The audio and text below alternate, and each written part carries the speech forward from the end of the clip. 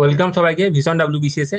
তো ডাব্লিউবিসিএস 2024 কে লক্ষ্য রেখে আমরা যে জেনারেল স্টাডিজের উপর high level MCQ series start করেছি, তার আজকে সেট 6 হবে। প্রত্যেকটা সেটে আমরা 25টা করে কোশ্চেন রাখছি, এবং এক একটা ভিডিও থেকে তোমরা 60-70টা ইম্পর্টেন্ট ইনফরমেশন পেয়ে যাচ্ছ, কারণ প্রত্যেকটা কোশ্চেন আমরা অ্যানালিসিস করছি।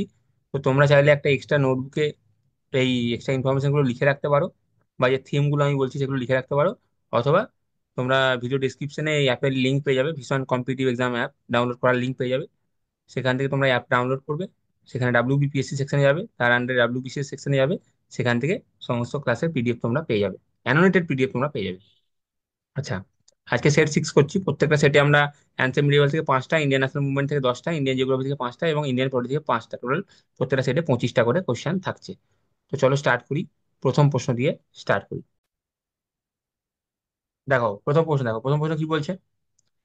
হু amongst the following had defeated Huna ruler Mihirakula? বলছে নিচের মধ্যে কোন রুলার হুনা রুলার মিহির কুলাকে ডিফিট করেছিলেন? তো এখানে যদি তোমরা জানো তাহলে ঠিক আছে, আর যদি না জানো তাহলে অ্যান্সার হয়ে যাবে ইয়াশোধর্মন। ইয়াশোধর্মন। দেখো, প্রথমে মিহিরকুলা সম্পর্কে আমরা জেনে নিই। মিহিরকুলা কে ছিলেন? মিহিরকুলা ছিলেন সেকেন্ড এবং last Huna king in India. Second এবং লাস্ট ফুনা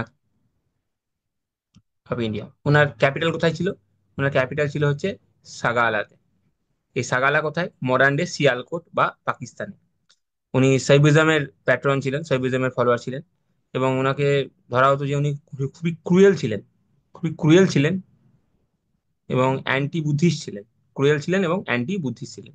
তো যাই হোক, 528 সিই এই রকম সময়কালে তিনি ইয়াশোধর্মনের কাছে হেরে যান। ইয়াশোধর্মন কোথাকার রাজা ছিলেন? মালওয়ার রাজা ছিলেন, মালওয়ার কিং ছিলেন। কোন যুদ্ধে? কোন যুদ্ধে ইয়াশোধর্মন মিহিরকুলাকে হারিয়ে দেন? এটা হচ্ছে ব্যাটেল অফ সন্দানি।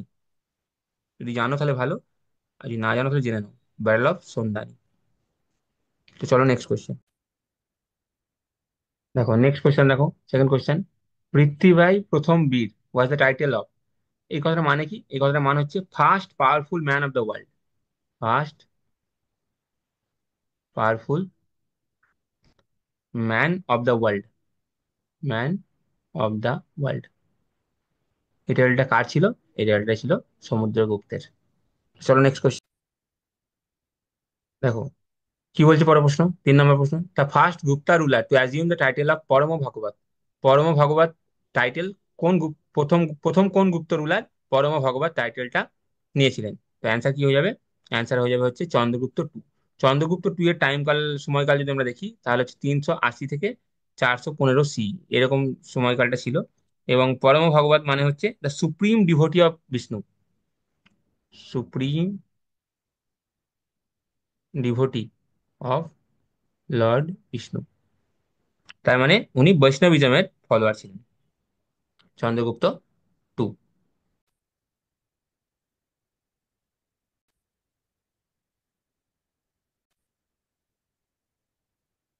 দেখো পরের প্রশ্ন, দেখো 4 নম্বর প্রশ্ন। 4 নম্বর প্রশ্ন বলছে who renovated Sudarshan lake without using forced labour? Sudarshan lake সম্পর্কে প্রশ্ন আমরা আগেও করেছি। অ্যান্সার হয়ে যাবে রুদ্রদমন 1। রুদ্রদমন 1, এটার এভিডেন্স আমরা কোথায় পাই? জুনাগড় ইনস্ক্রিপশন। জুনাগড় ইনস্ক্রিপশন, গুজরাট, এটার মেনশন আছে।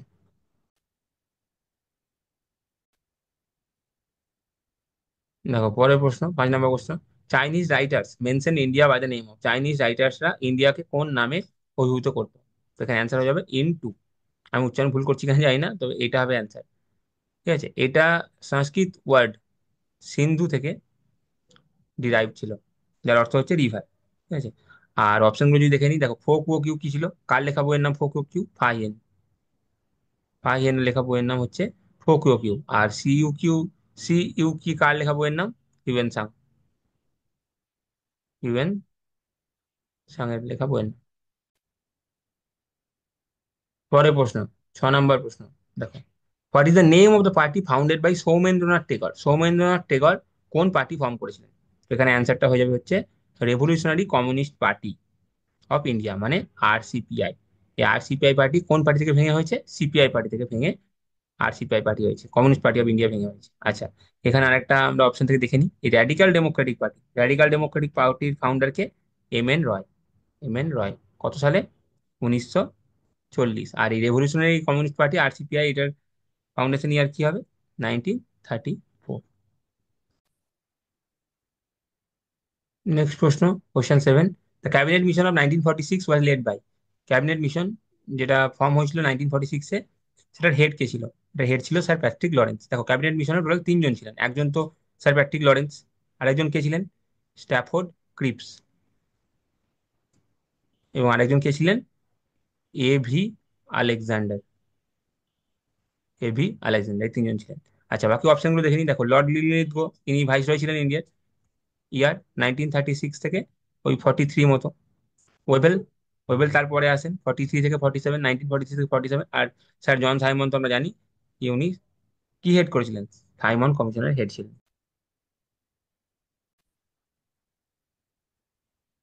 দেখো, পরের প্রশ্ন দেখো। দেখো, পরের প্রশ্ন দেখো। কোশ্চেন 8 বলছে, who headed the boundary commission appointed in 1947 in the context of India's partition. 1947 সালে পার্টিশন রিলেটেড যে বাউন্ডারি কমিশন তৈরি হয়েছিল, তার হেড কে ছিলেন? তো তার হেড কে ছিলেন? Sir Cyril Radcliffe. Sir Cyril Radcliffe, B হয়ে যাবে অ্যান্সার। পরের প্রশ্ন দেখো, question 9। The Deepavali declaration issued in the year 1929। তো এখান থেকে তোমরা জানতে পারলে যে দীপাবলি ডিক্লারেশন কোন সালে ইস্যু করা হয়েছিল? 1929। এটা কি রিলেটেড ছিল? ইন্ডিয়াকে ডোমিনিয়ন স্ট্যাটাস দেওয়ার রেসপেক্টে ছিল। তো এই সময় ভাইসরয় কে ছিলেন? লর্ড ইরউইন। দেখো, এরপরে দেখো কোশ্চেন। দেখো, এরপরে হচ্ছে কোশ্চেন 10। কোশ্চেন 10-এ কি বলছে দেখো, who one of the following had renounce the title of Haziq ul Mulk during খিলাফত এজিটেশন। খিলাফত এজিটেশনের সময় এই চারজনের মধ্যে কে হাজিক উল মুলক টাইটেল রিনাউন্স করেছিলেন, ত্যাগ করেছিলেন? তো এই হাজিক উল মুলক টাইটেলটা পেয়েছিলেন হচ্ছেন হাকিম আজমল খান, 1908 সালে ব্রিটিশ গভর্নমেন্টের দ্বারা। উনি খিলাফত এজিটেশনের সময় এই টাইটেলটা রিনাউন্স করে দেন, ত্যাগ করে দেন। তো অ্যান্সার হয়ে যাবে হাকিম আজমল খান। কোয়েশ্চেন 11 দেখি। The former name of Harijan সেবক সং। হরিজন সেবক সংঘের আগে নাম কি ছিল? তো আগে নাম ছিল all India anti untouchability league. এই all India anti untouchability league বা হরিজন সেবক সংঘ কে প্রতিষ্ঠা করেছিলেন? মহাত্মা গান্ধীজি। মহাত্মা গান্ধী এই হরিজন সেবক সংঘ বা all India anti untouchability League প্রতিষ্ঠা করেছিলেন কবে? পুনা প্যাক্টের পরে, 1932 সালে। এবং এই হরিজন শব্দের অর্থ কি? হরিজন শব্দের অর্থ হচ্ছে children of god. Children of god. দেখো, এবার কোয়েশ্চেন 12। কোয়েশ্চেন 12 কি বলছে? কে সেকেন্ড করেছিল রেজলিউশনটাকে? কোন মিটিং এর? All India Congress committee. দেখো, অল ইন্ডিয়া কংগ্রেস কমিটির একটা মিটিং হয়েছিল 1947-এ নিউ দিল্লিতে, পার্টিশনকে ডিসকাস করার জন্য, মানে মাউন্ট ব্যাটেন প্ল্যানকে ডিসকাস করার জন্য। তো এখানে পার্টিশনের রিগার্ডিং যে রেজলিউশন, সেটা রেজলিউশনটা মুভ করেছিল হচ্ছে সর্দার বল্লভভাই প্যাটেল, এবং সেই রেজলিউশনটাকে সেকেন্ড করেছিল হচ্ছে আবুল কালাম আজাদ। দেখো, ওটা রিলেটেডই আরেকটা কোশ্চেন। তো এখানে যখন পার্টিশনের রেজলিউশনটা পাস হয়ে যায় অল ইন্ডিয়া কংগ্রেস কমিটিতে, তখন কে বলেছিলেন যে it is surrender of nationalism in favour of communalism? এটা বলেছিলেন ডক্টর সৈফুদ্দিন খিচলু। এবার তোমরা আমাকে কমেন্টে বলবে এই ডক্টর সৈফুদ্দিন খিচলু সম্পর্কে আর আমরা কোথায় পড়েছি, ইতিহাসে আর আমরা কোথায় মেনলি পড়েছি। দেখো, এবার নন কোঅপারেশন মুভমেন্ট সম্পর্কে দুটো প্রশ্ন আমরা দেখে নেবো। কোশ্চেন 14 এবং কোশ্চেন 15 দুটোই নন কোঅপারেশন মুভমেন্ট সম্পর্কে। দেখো, প্রথমে বলছি নট কারেক্ট, মানে কোনটা ইনকারেক্ট নন কোঅপারেশন সম্পর্কে। দেখো, বি এবং সি তে যেটা লেখা আছে সেটা হচ্ছে নন কোঅপারেশন মুভমেন্ট সম্পর্কে একটু সঠিক। যেখানে বয়কটের সিদ্ধান্ত নেওয়া হয়েছিল 1920 থেকে 1921 মেনলি চলেছিল, এবং 1 বছরের মধ্যে স্বরাজ অধিকার করা এটার লক্ষ্য ছিল।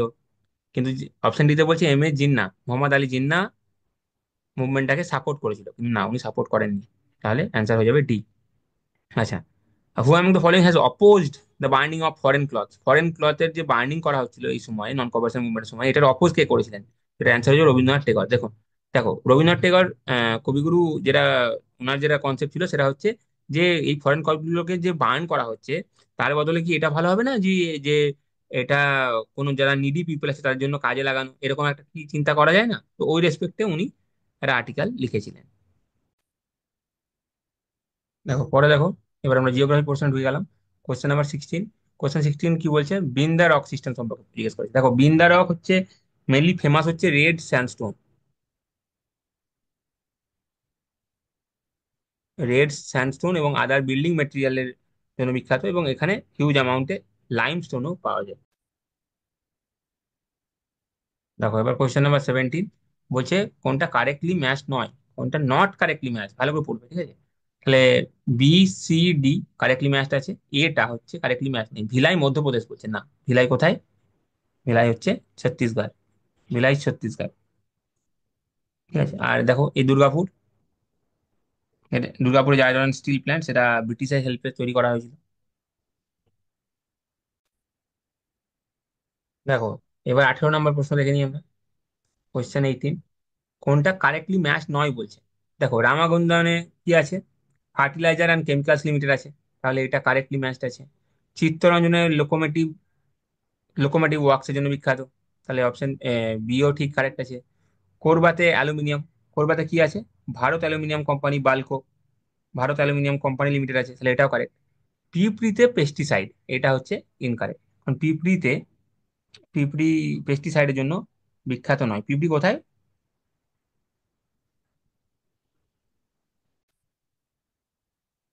এবং এটা কিসের জন্য বিখ্যাত, পিঁপড়ি কোথায় এবং কিসের জন্য বিখ্যাত, এটা তোমরা আমাকে কমেন্ট সেকশনে লিখে বলবে।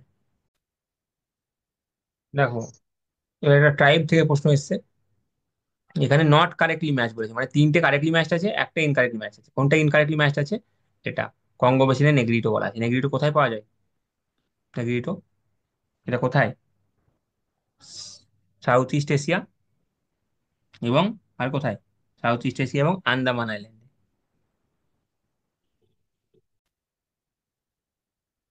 দেখো কুড়ি, কোথায় কি ডিপোজিট পাওয়া যায় সেটা সম্পর্কে প্রশ্ন এসেছে। নট কারেক্টলি ম্যাচ মানে তিনটে কারেক্টলি ম্যাচ আছে। দেখো ডোনবাস বেসিনে কোল পাওয়া যায়, কারেক্টলি ম্যাচ। মসুলে পেট্রোলিয়াম পাওয়া যায়, ট্রান্স ভ্যালে কোল পাওয়া যায়, এটা কারেক্টলি ম্যাচ। তাহলে মেসাবি রেঞ্জে কপার পাওয়া যায়, এটা ইনকারেক্টলি ম্যাচ। এখানে কি পাওয়া যায়, এখানে পাওয়া যায় হচ্ছে আয়রন। দেখো পরের প্রশ্ন দেখো, কোশ্চেন নাম্বার 21, এখানে পলিটি থেকে কোশ্চেন করা আছে। কোশ্চেন নাম্বার 21, তো কোশ্চেনে বলছে ফান্ডামেন্টাল রাইট, ফান্ডামেন্টাল রাইট সম্পর্কে কোনটা সত্যি, এটা জিজ্ঞেস করেছে, মানে ফান্ডামেন্টাল রাইট সম্পর্কে প্রশ্ন। তো এই চারটের মধ্যে নেহেরু রিপোর্ট, যেটা 1928 নেহেরু রিপোর্ট, সেখানে ফান্ডামেন্টাল রাইটের কথা বলা আছে। গভর্নমেন্ট অফ ইন্ডিয়া অ্যাক্ট 1935-এও বলা নেই, অগাস্ট অফারেও বলা নেই, বা ক্রিপস মিশনেও বলা নেই। তাহলে কোনটা কারেক্ট স্টেটমেন্ট জিজ্ঞেস করেছে, কারেক্ট হয়ে যাবে এই। কোয়েশ্চেন 22 বলছে ভারতীয় সংবিধানের কোন আর্টিকেলে এটা গ্যারান্টি আছে যে equality of opportunity to all citizen of India in matters of public employment. এটার অ্যান্সার হয়ে যাবে আর্টিকেল 16+1 এবং আর্টিকেল 16+2। দেখো আর্টিকেল 16+3-তে কি আছে, থ্রিতে আছে যে পার্লামেন্ট ল বানাতে পারে রেসিডেন্সের উপর ক্রাইটেরিয়া রেখে, এটা আছে। আর্টিকেল 16+4-এ মেনলি রিজার্ভেশনের কথা বলা আছে, এবং ক্লজ 5-এ কি আছে সেটা তোমরা আমাকে বলবে।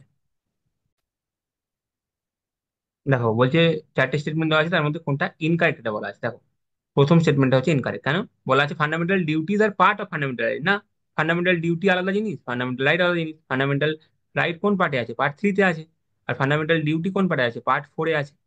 দেখো অপশন বি কি বলছে, ফান্ডামেন্টাল ডিউটিজ আর not part of fundamental right, এটা তো পার্ট নয়, এটা কারেক্ট স্টেটমেন্ট।